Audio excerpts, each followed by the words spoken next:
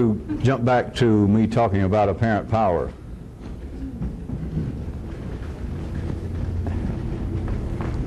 And I want to point out specifically or try and focus your attention more specifically into the kind of areas that some of you should have already been springing upon or sniffing around the edges of yourself. That there is a revolutionary kind of, or a new intelligence kind of reality behind my use of the word power. And I specifically want you to try and realize that my use of the word power points to something organic and not political. It is something organic. It is not cultural. Now, what makes it useful, what I have found useful up until this point, is that it is all true in an apparent political way. It is all true apparently in an external manner, in an apparently political manner, and then once you stretch it far enough, religious, personal, academic, military. But there is a specific area that has to do with people individually in the nature of life, and to do with me pulling out the word power and then tying it for this year now, speaking of it in a revolutionary sense and drawing out for your recollection of man, the state, humanity, the state, and then the individual intelligence, the state, in my areas of the city and the other organizations therein. But behind the idea of power, there are others I'm going to do. And if you don't write them down, at least remember some of them, because I gave it a little thought on the way over here, because there's much more to it than even what would appear to be the political, metaphorical use of the word power. It's not merely synonymous, because if it was synonymous, I'd tell you it was damn synonymous. No. It's not synonymous, but there's some more. You need to look at it as it begins to bleed, almost like good old mattress shirts. Of power begins to bleed up close to going around the corner into a more complex dimension. And behind power are things that I mean, such as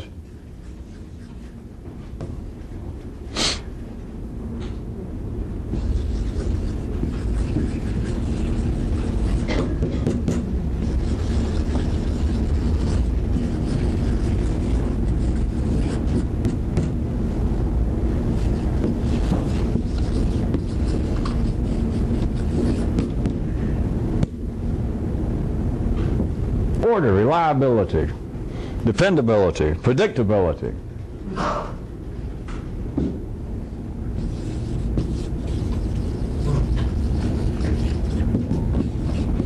Organization and harmony.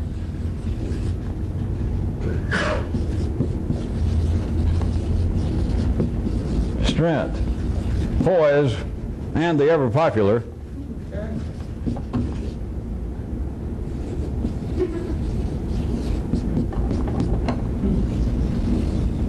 vitality and virility. Now, all of those are a piece of what I mean behind me talking about power, whether it seems as though, or whether I obviously start off at times and speak in a emblematic sense, and apparently I'm talking about external affairs to show you how this has been a continual reflection, either up or down, of what is going on inside of individual people. There is a kind of necessity behind the body of life, within the body of life wherein man resides, that requires a dynamic energy, or you could look upon it as a kind of methodical efficiency. Now, all of that is behind what I try to point to, what I've tried to turn your attention to for the last year or so, behind the word power. All of that, now that's in no particular order, but all of that is absolutely necessary for life to be possible. All of that is absolutely necessary for growth to take place, and all of that is necessary on an individual level for humanity, intelligent humanity. Man with that singular three-dimensional aspect of intelligence, for him to exist as an intelligent being, that is required. Absolutely. Everything about that, and of course nothing about that as far as verbally is concerned, if you understand it. But each and every one of those I have talked about, whether I spent any great amount of time on a particular night and started off with a heading of a paragraph that I label predictability or harmony. But all of that is behind my use of the word power.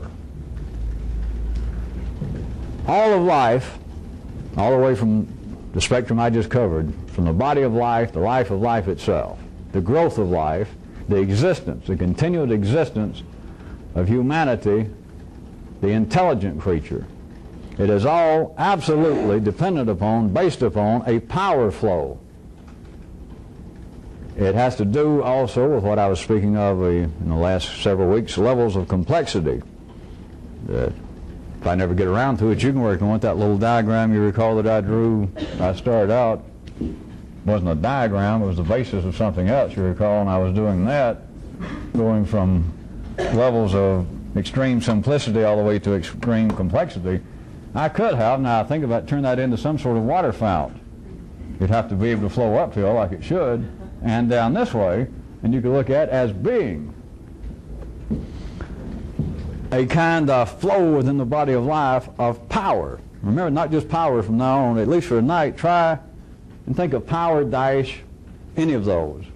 Power cum any of those. Power slash 2 or 3 of those. That is the kind of power flow. And all of that is dynamic. All of that moves. If I wanted to stop, we had the time tonight and the inclination for me to go through, I could say order is not a noun. Order is not static. If order was static, it would be dead. If you want to call that order, you can say the most orderly place in the city is the cemetery. Nothing's out of place. Nobody has to go through to the people and say, my good man, get back in your spot. Stay in line. Stay where we put you. Real order. Order that has to do with the body of life itself is a dynamic. And there are graduations of it. There's simplistic order, and there's more complex order. Anyone you want to pick out? Harmony. There's simple harmony, there's complex harmony.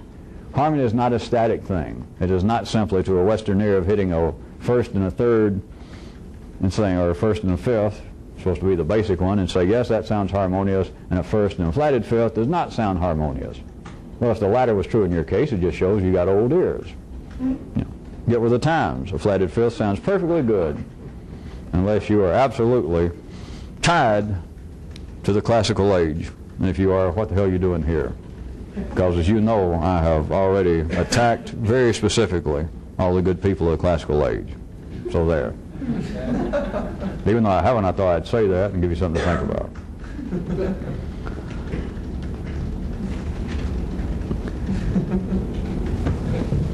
If you can try and move your attention somewhere up close to the corner, getting into what should be the 5th dimension of complexity, at least dragging yourself away from the city, I want you to try and see this. That power and everything that I mean behind it, power being absolute necessity is, without me searching for a new way to put it tonight, power is absolutely, unconditionally, its own justification. It needs no explanation. It needs no caveat. It needs no handmaidens to try and verbally or otherwise to dress it as though it were something else. Individuals and the life of man is filled with talk about freedom. But now all of you, at least for tonight, when you're considering all that I am putting behind the word power, all of you should be aware of the fact that although men, and including yourself at city level, at ordinary level, have talked about, dream about so-called freedom, there is no real wired up need, much less any strong acting desire within man to be free from what they would normally refer to as domination or direction. Now, men have historically and continue to talk about anarchy, but please notice, it has about the same run as satire does on Broadway. It closes on Saturday. Anarchy never gets past the point of a good thinking about it, a good book, a good coffee house discussion, and maybe a few of them get so wound up, so caffeined up, that they may run out in the street and holler, anarchy, anarchy. And a few soldiers jump out and holler, boo, and they run. There is no real desire within man. I want you to see this. And you can jump back now, I'll help you for a second, to give you a real material firm foundation back into the apparent external world. Now here we are living in a part of time and place that would seem to be, and I'm not arguing, the epitome of political freedom. The United States circa 1980. There is no real need in man for what he calls freedom. It is, again, all relative. It is a matter of complexity. And I have here and there even encouraged some of you, when I was just hitting it while I flew by it, to consider the fact that from one view, that is from one level of complexity somewhere on this planet at any given time, people can muse and even be bemused, if not offended, over how some other group apparently is living in some other city, some other state, under conditions that you would think would be intolerable. How in the world can somebody live under a dictatorship, those poor people under tyranny? There is no such thing as tyranny. There is no such thing as a dictatorship. Now, of course there is, because they made up words for it. There is the different complexities and degrees of the exercise of power. There is no action taken by man. Now there's talk of action, but there is no direct action taken by man, never has been on any direct, immediate scale of fighting for what they call, what they talk about as freedom. You can take a mob. Maybe some of you will hear this, since you're drawing so many blanks right now.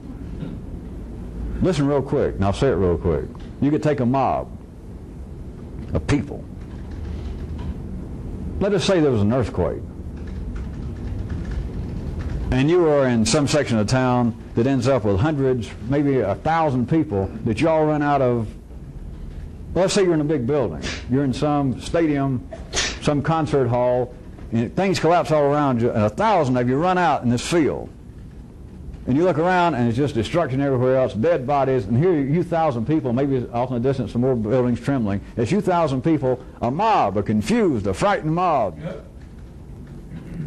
You do, listen quick, surely you hear me.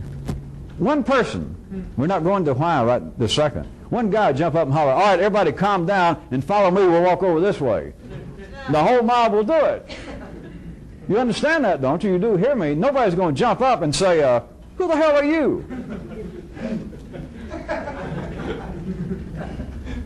Now, forget 1,000 people. Take all the people on this planet and consider them a mob. Well, that's a little strong, isn't it?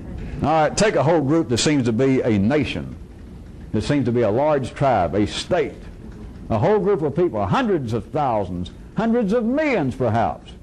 And one guy jumps up and says, all right, we're going to do so-and-so. We're going to war over here. Now, of course, when you get that big, when I say with my 1,000 group scenario that nobody's going to jump and say, who the hell are you? It's possible somebody will, but you've got to remember the anomalies. You've got to remember the warts, the hangnails on life's body. We're talking about the way things move. We're talking about the order, the harmony, the predictability, the movement of life. And so out of 10 million people, that mob, and one guy jumps up suddenly, he says, all right, if he has to say it, he'll say, all right, I'm in charge, follow me. All right, out of the 10 million, there might be 4 or 5. There might be 400 or 500. There might be 4,000 or 5,000. They holler, no, we don't like you. They're going to get trampled. That's the way life is. The mob, the middle class, the bourgeoisie, the bell curve, the majority of life does not question power. It can't question power. It is suicidal. People individually are wired up, parts of life's body, to sit around, to write books, to discuss the nature of freedom, to debate whether we should be more actively involved in trying to exercise personal expression. Should we not be trying to more materially resist political, economic, social constraints, especially coming unilaterally from above?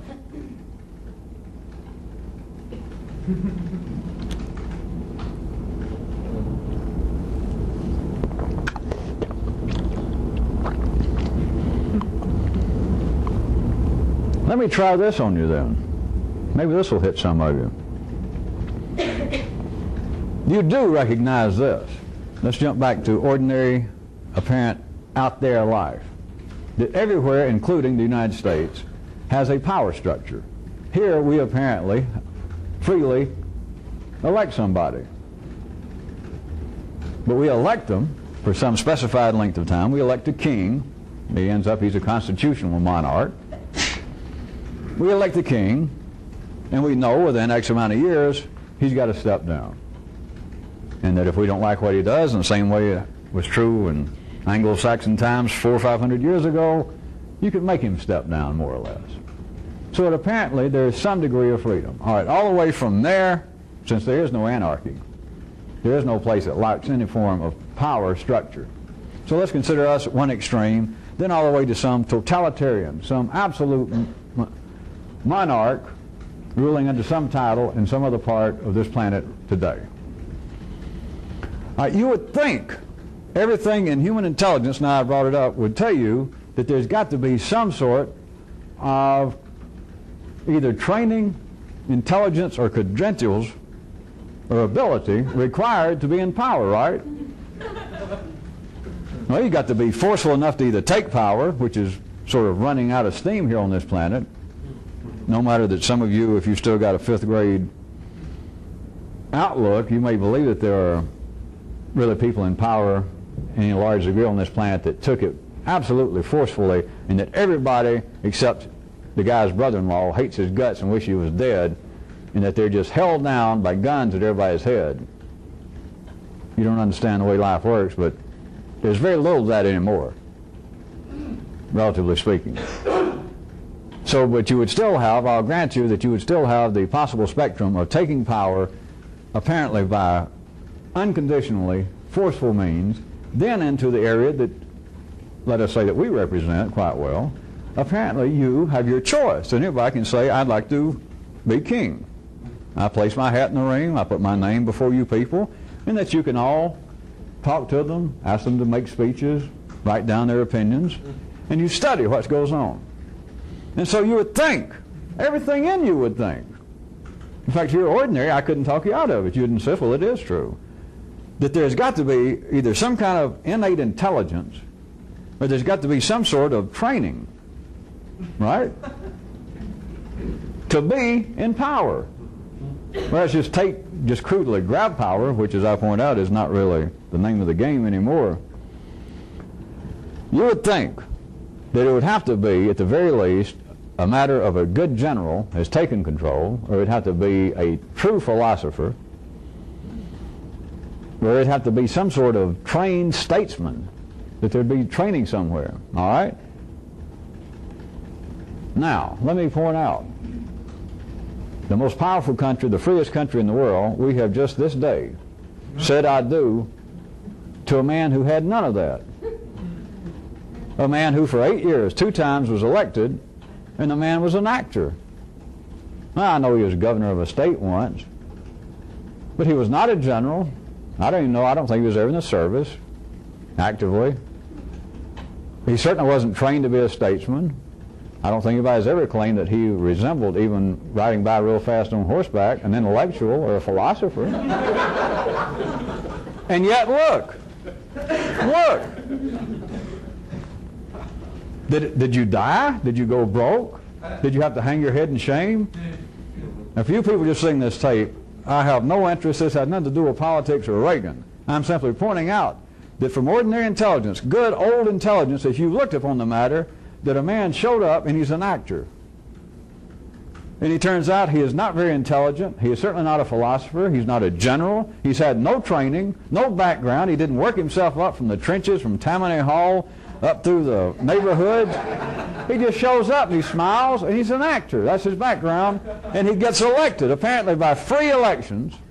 He ends up in power of the most forward, most sophisticated, most intellectual, most technologically advanced, freest country in the world, an actor. Now think, what I've just been talking about up until now, power is organic. Power is the nature, it is the internal structure of life itself in all sorts of ways, not excluding where man lives in life, in the body of life. But notice, it has driven men, it causes men to theorize, that is, to think about the action of life, and the political action of life, in ways that have nothing. Now, of course, I was about to say nothing to do with reality, but of course it always has a little to do with reality. But from a revolutionary view, it is so flawed, it is so tenuous in its connection to what's really going on, is to make you want to go, as many of you oftentimes do, all the time I'm talking, I'm beginning to get a little sick of it, you keep laughing and joking, chuckling at things I say. We're going to have a serious talk about that someday. And so I just wanted to use this as an example. Nothing bad happened. You can't say nothing particularly happened either way. Things went how? Orderly, reliably, dependably, predictably. Organization stayed the same. Things are as harmonious as they was before he came into office. We still have our strength. We still have our poise. Blah, blah, blah. That doesn't strike any of you as that is curious.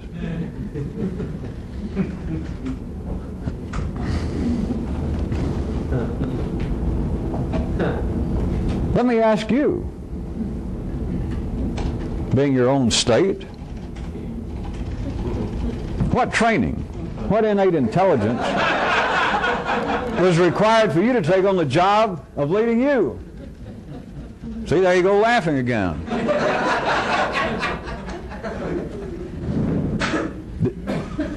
It's according to how quick you are in any area of potential new intellect as to whether, if I ask you, that you would say that it seems as though that you did back at the old intelligence level. There's no way you could answer this or even try to respond, but it's worth for you neuralizing to consider the question. Did you apparently elect your leader? Did he just take charge or she take charge? Or does it seem to be some sort of dynasty that you just sort of woke up one day at 7 or 8 or 12 or whenever and you already had a monarch on the throne? But whatever it was, now that you look upon it, what training did it have? What intelligence, what credentials does you have to lead you? And of course the answer is, from a revolutionist view, none. And so what? You staggered along this far.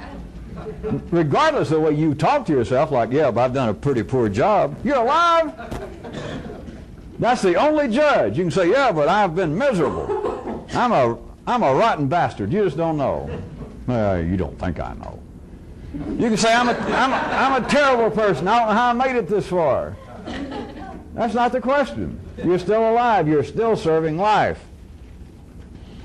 As to what credentials, you can say, well, I've been led by a bigger clown than a Reagan, or a Stalin, or Mussolini, whoever. You can say, I am worse than any of those. So, what makes you think those were worse? Where did you get the ability to judge what was going on? Why do you think that some individual, that there was such an individual as, fill in the name, an Attila, Caligula, a Batista, a Nixon? It's power. It's not people. It's the orderly flow of power. It is that which is necessary in the sinews, the guts, the blood, the bones, the marrow of life itself to stay alive. It is also necessary in men to be directed, to be dominated. It is also necessary that it has now become part of the transfer of energy, the additional part that goes on intellectually in men, besides what apparently is taking place on the quite physical level, the quite material level, for them now to talk about it, to discuss power. And for some parts of life's life to even say, fuck power. We don't need direction. The true anarchist. But even variations of it, somewhere this side of it, the people say, there's too much power.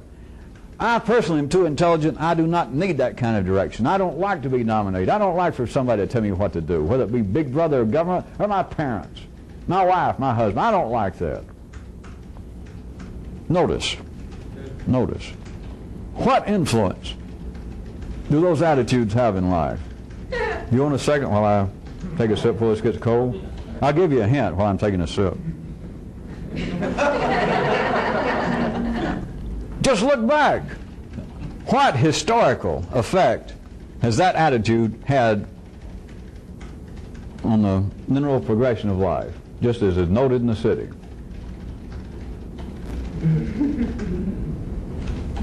Not having somebody says, I don't like the power. This goes on all the time. I don't like these people in power, blah, blah, blah, blah, blah. And of course all they want is to be in power. And so the one in power may get overthrown and somebody else take over.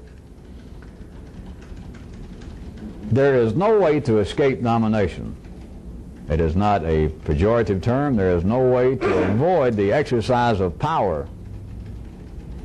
Everyone is paying allegiance. Everyone is a liege to some other liege. There is no escape from it. The only thing that resembles escape to a very simplistic mind, and of course they don't normally see it as anything positive, but is death.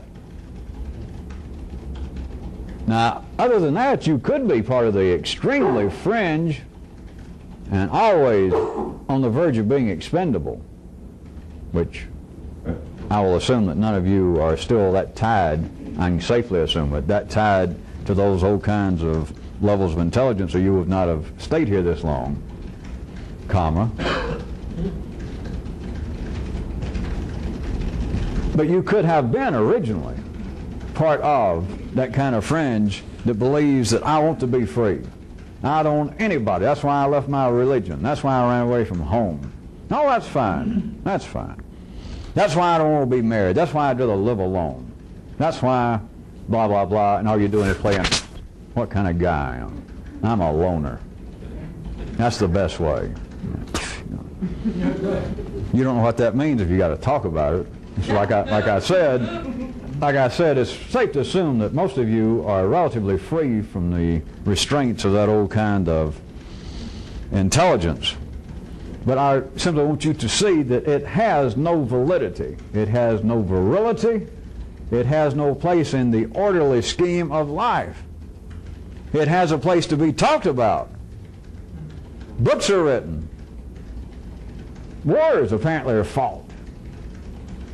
Plenty of debates, discussions, anti-books, responses to theories based upon what seems to be man's grappling with the problems of how much power should we accept, how much power is necessary to be exercised over people.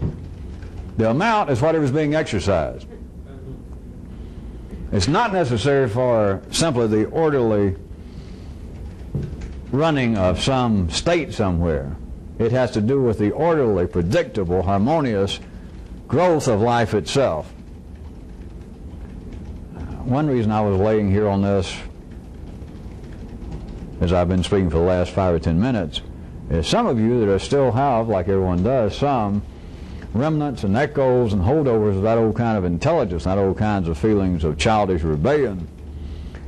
And even today, the kinds of things that you may see as being very questionable, regardless of me trying to get you to see that everything's all right, of what you may still find to be questionable areas of how life is operating. It's all the basis that you don't understand the exercise of power, the exercise of all of that. And that you think some things are going amiss, that some areas of life on this planet are not being led, their lives are not being led correctly. People are being abused, people are being misled, people are misleading themselves. If we had the Chambers brothers or who it was to saying people got to be free.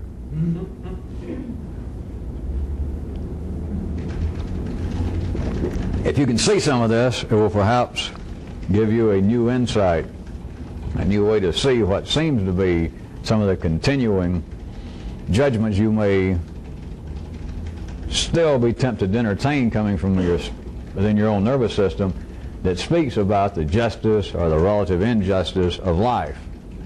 The only injustice of life if the power failed. If that great Con Edison, that I won't name any further than, well, Larry owns stock in it, I'll tell you that. The only injustice would be if they shut the power off. If there was not just a great blackout up and down the eastern corridor, but if all the power went out, then you would have trouble. We wouldn't have long to turn around into your neighbor and say, boy, I think we got trouble. You might get that out. You might get that out and you might be able to walk off and kick a few rocks and scratch your foot in the ground and spit a couple of times thinking, this may be real bad trouble. And that'd about be it. The exercise of power is directly connected to the exchange of energy. You cannot have it without having all of that, as it appears at the 3D level.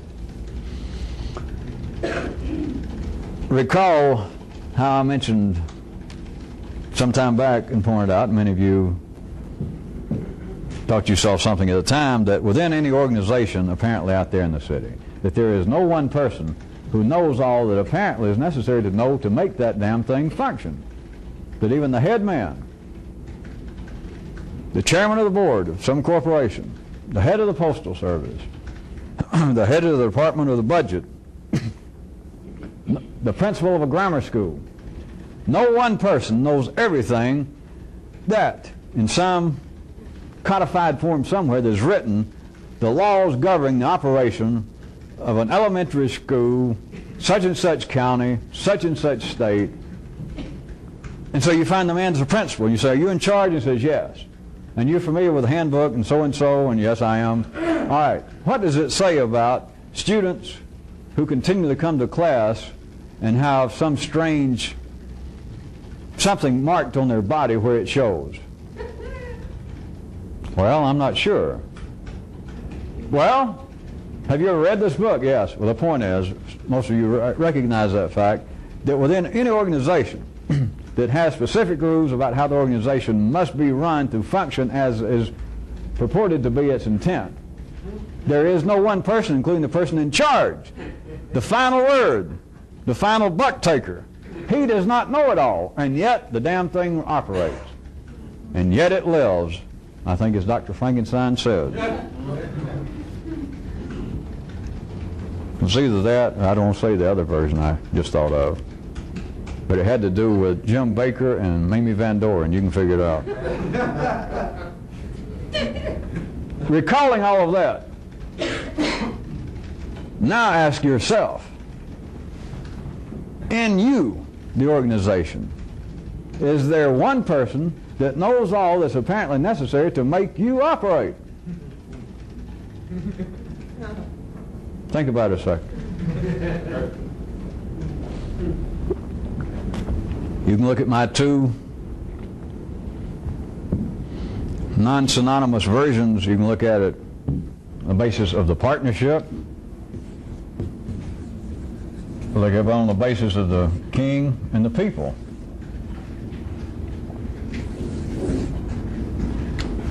So if you want to start off simplistically, that there seems to be in everybody these two things, two possibilities, two voices. Or you can look at that there seems to be also another way. It's not simply synonymous, it's a lot better, that there seems to be at any given time a king, some source of power, and then the people. And we'll assume that in this case there's even more than one people. There's not just a king and one subject.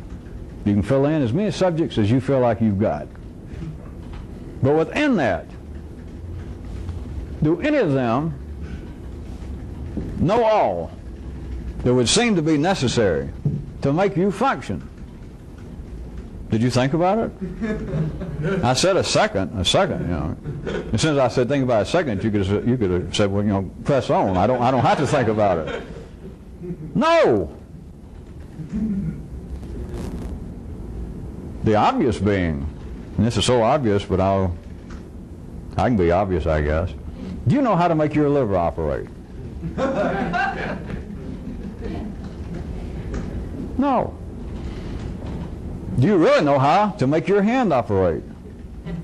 Well, I can do it. Yeah, I didn't ask you that. Do you know how to make it? Well, I know that I can make, if you say, tell me something. All right, make your thumb move, and you can go. Thanks, that. Now make just your little finger move a little bit. But do you know how to do it? No. Sounds crude and simple enough, doesn't it? All right, do you know how to think?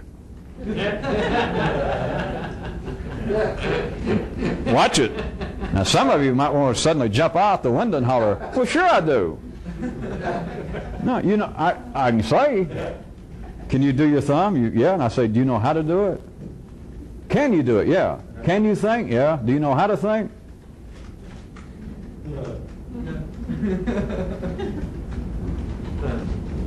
if you could look at it in a certain way, believe it or not, you're in worse shape than the U.S. Postal Service. It was easy enough for you people to think I was taking a cheap shot or picking out a good example at which you could chuckle when I first brought this up. But there's somebody there that knows something. You can say, do you know how to determine how much a package is if you're going to ship it to Chile? And you'll find somebody there, if there are 4 or 5 people behind the counter, if they have to pass along, I'll bet you'll find somebody go, yeah, bring it over here. They'll drop it right there. Now they got computers. They're used to, they had a book, but they can now just punch in. It'll run up a whole list of things, South America. They'll look up Chile, they punch in the number, and it tells you. They knew how to do it. At least you laugh. Now back to you. Let's rise above the level, those of you that think it is above the level of your liver and colon and finger. Do you know how to think? Is there one person in you that knows how to think? Now we're down 2. I've about covered it. All the way from your colon to your brain. What else do you want?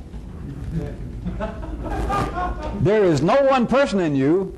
Not only there's no one person that knows everything needed to make you operate, I'm trying to suggest to you there's no one person in you that knows anything necessary to make you operate. If it was left to you, and I said, right, from now on, to digest your food, you have got to have somebody in you. You've got to have the ability to know how to do it. You're gone. You're a dead man. You're starved to death. You're bloated to death. If I get above the simply materialistic level and said for you to pass off as being a really, truly functioning human, an intellectual being, you've got to know how to think to do it. You're gone. Now, in my opening tonight, might you be able to pursue this with a little more gusto? Could you perhaps take this as being not some sort of intellectual sad that is loaded down in the middle with alum or cackleberries? Does it not seem perhaps not as offensive to your old intelligence as it might have at first? Because you do know that I am extremely concerned over whether this offends your old intelligence. Well, that's one reason I've got bags under my eyes now. Not being able to sleep worrying about this.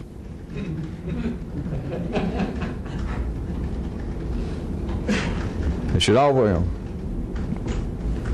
That's enough humor for this side. We got to turn the tape over. 1 second.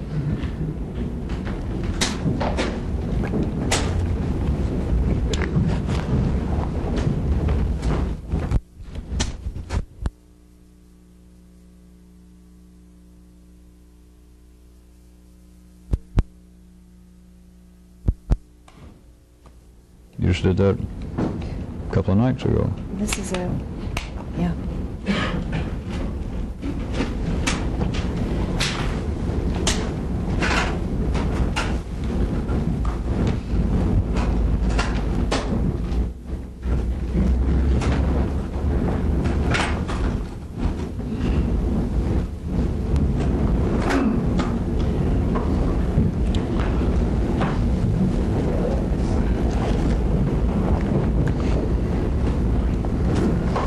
Give me a couple of minutes at the end, okay?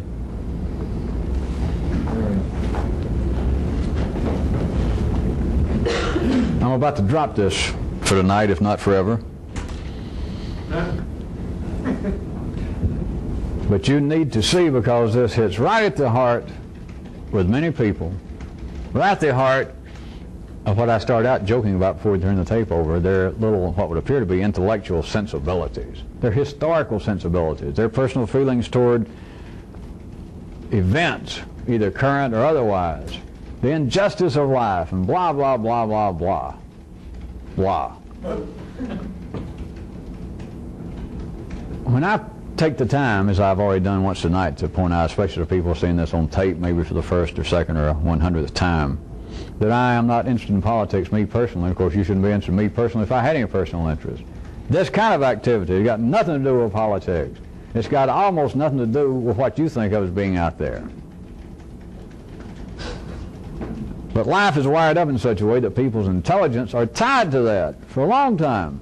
That's why I even take the trouble to periodically say, look, I'm using examples, I'm using metaphors, similes, and I don't really mean that this has any lasting validity or interest to somebody involved with this. That is, these external matters that I use as a springboard. And I say that, and I point it out because I know the fact that people will latch right onto it, and their intelligence, if it's back at that level, will stay there. Or keep jumping back there and thinking he is making some comment. And especially because it all applies. But that is not the basis of it. That's not the purpose of it. But you have got to see, it's not that big of a deal, but you have got to see that what I have pointed out specifically tonight is a fact. And right around the corner is even more so. No one, truly, no matter what your little rebellious heart thinks, nobody truly wants to be free. They don't even know how. They can say they do, but nobody wants to be free of domination. People will seek it out, and it's not a weakness. Everybody. But then ordinary intelligence, part of what keeps the energy churned up, is ordinary people believing, well, look, the only domination is bad domination, because the only domination I've ever been exposed to is old General so-and-so here running our country. The only domination I've ever been exposed to is my father, who's a drunk, and he's been beating the piss out of me all my life. The only domination I know is I keep ending up with women who are bigger than I am and push me around and make me like it. And I don't like it. In my spare time, I don't like it.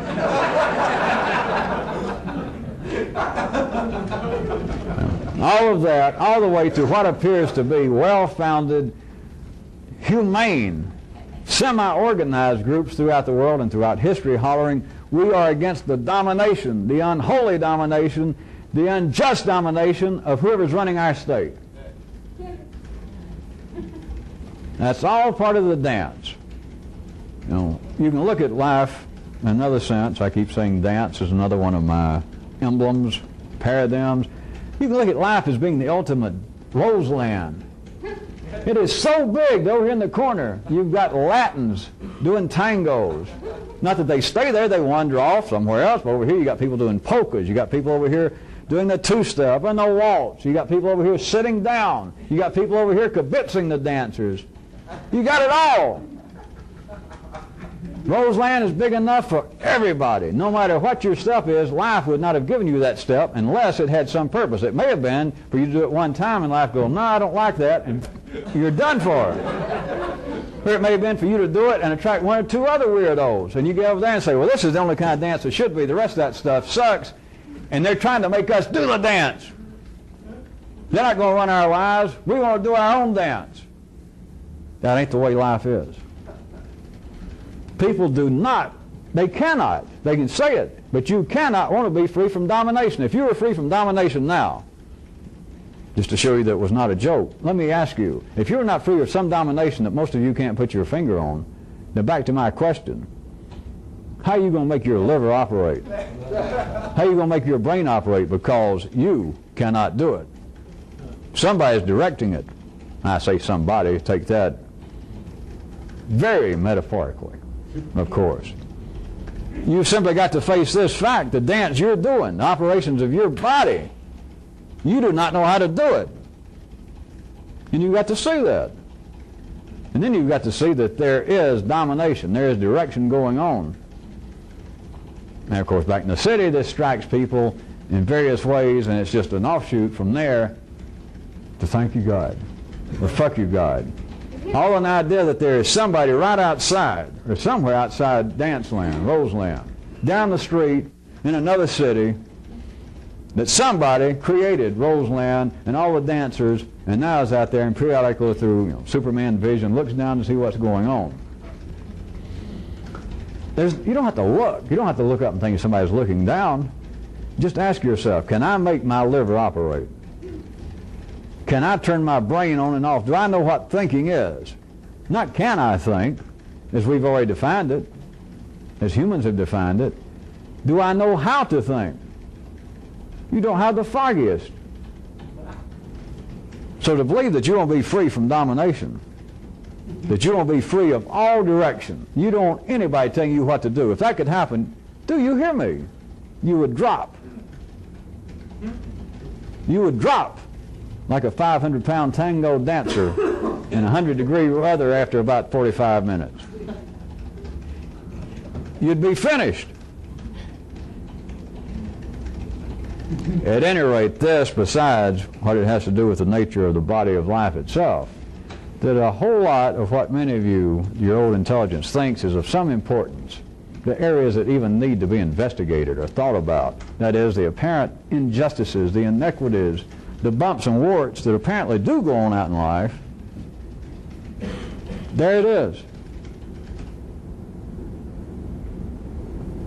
There's nothing else to think about. In the belief that people got to be free. People can't be free. People can talk about it. And relatively speaking, of course, they can be free. Because a place that has a dictator, they can overthrow him. Something can happen. He can drop dead. And suddenly it seems like that the people took over and they say, we'll hold elections. That happens. You can feel like, well, I am dominated by my mother. She's not only driven me crazy, she's made me feel so guilty that I've stayed with her all these years and never lived my own life. She can die tomorrow. And you can holler, I'm free! Relatively speaking, in the city, to talk about it, this apparently has some validity. It has none. There is no such thing as freedom, unless you're going to call death freedom from the city. You can call death if you want to, which I'm sure none of you do, especially the people in the city that heard this, but if you wanted to, said I figuratively, you could call death freedom from the tyranny of three-dimensional life. So there. So people can be free. All you got to do is die.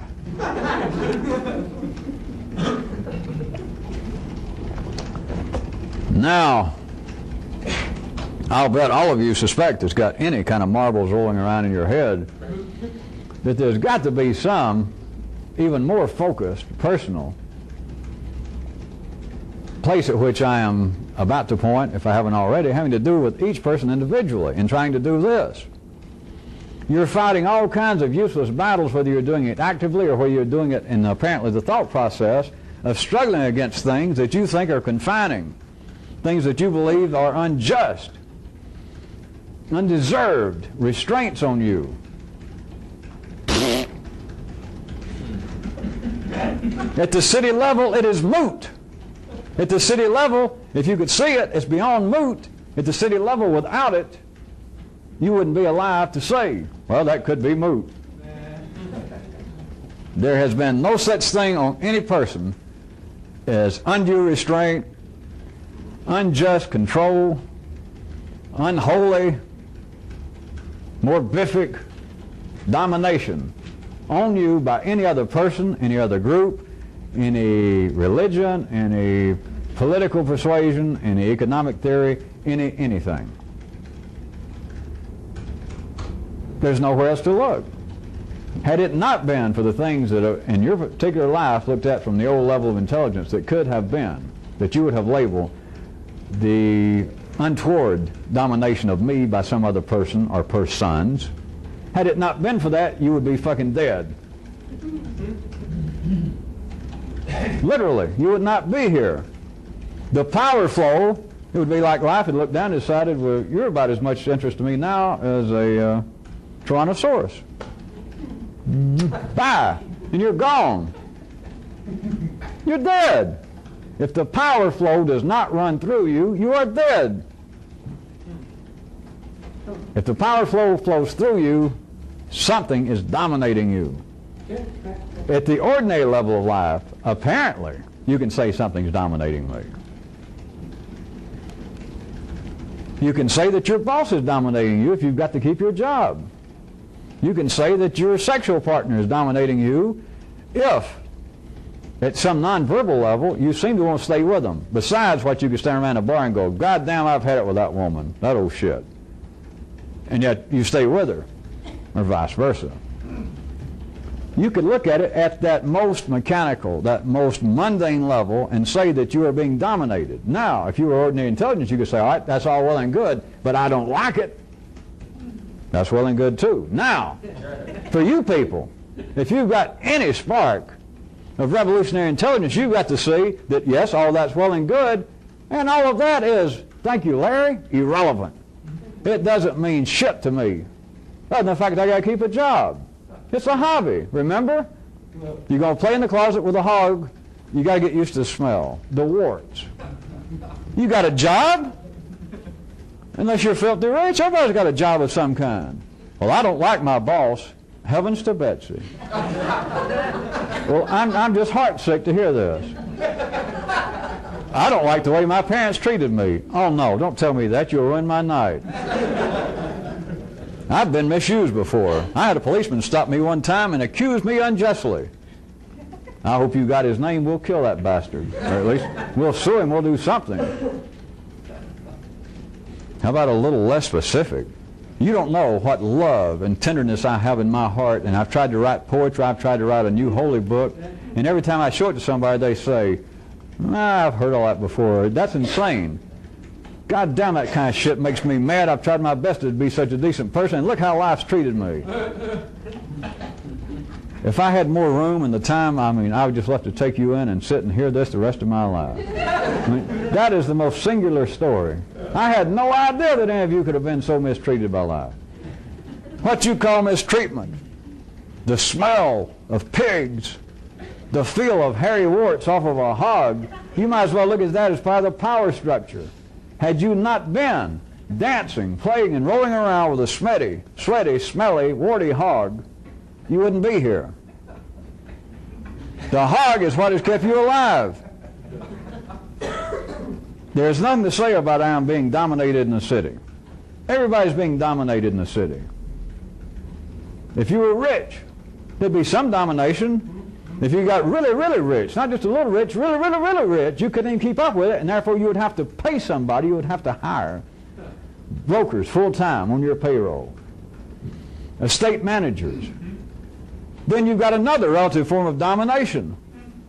You can say that they work for you, but you can't understand what I'm talking about then if you cannot see that life does not live simply in the three-dimensional zone. Oh, Chief Two Eyes. There is no way to get out of the power structure in the city. And by power structure, you know by now, at least tonight, I am not referring to government or social class.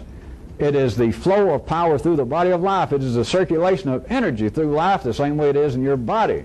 It's got to keep every part of it. You can't have part of you die. It's generally diagnosed as gangrene. And if you don't cut it off, it'll cut you off. Gangrene is fatal. Every part of the body has got to be nourished. And it takes all kinds of small, great, simplistic, complex flows of energy. That is what's going on at the city level. And you've simply got to see that.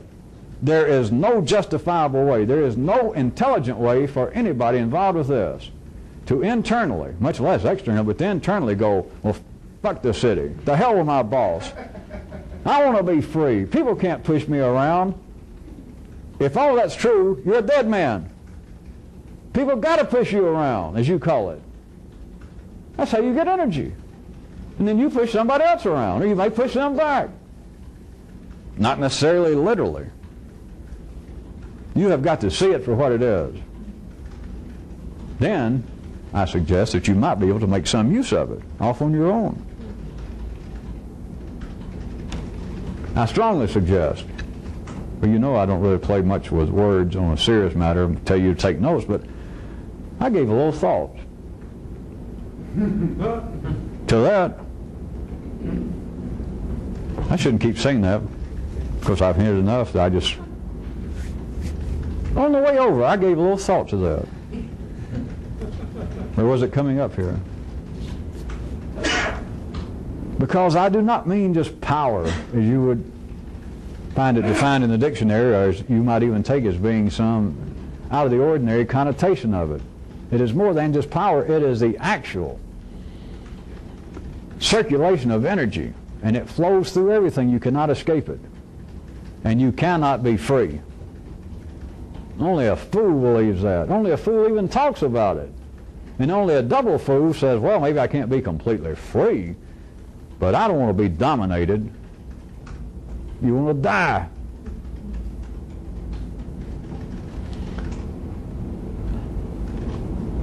Well, it's our short night and we're almost out of tape.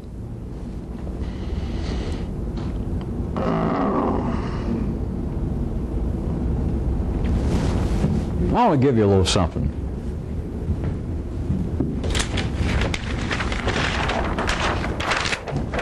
Let's take something that normally would be existing even intellectually at a cellular level, even me talking about it as I have, and take it at least, if not to the atomic, at least to the molecular level. And it's this. It's audience participation. But I mean, I am really trying to give you something, and I'm not going, you have to fill in part of it. What if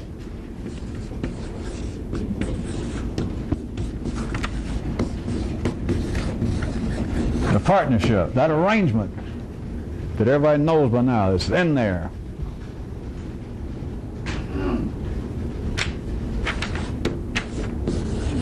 is for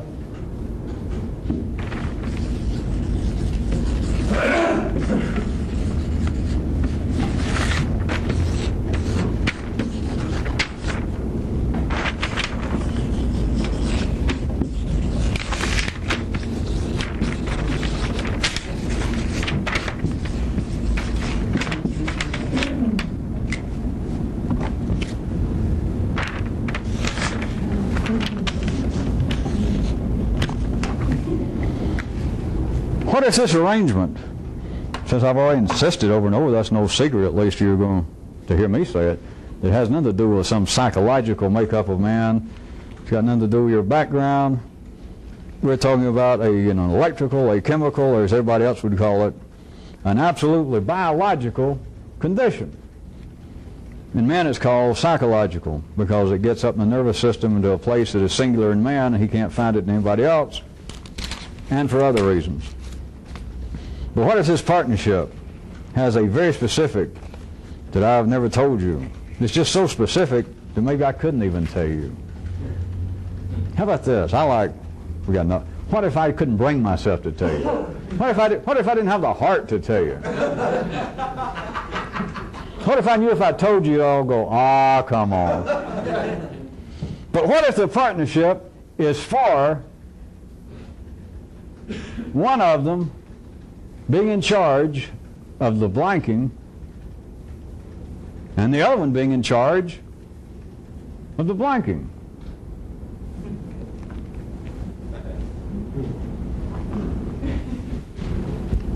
Trust me, think about it. Hard.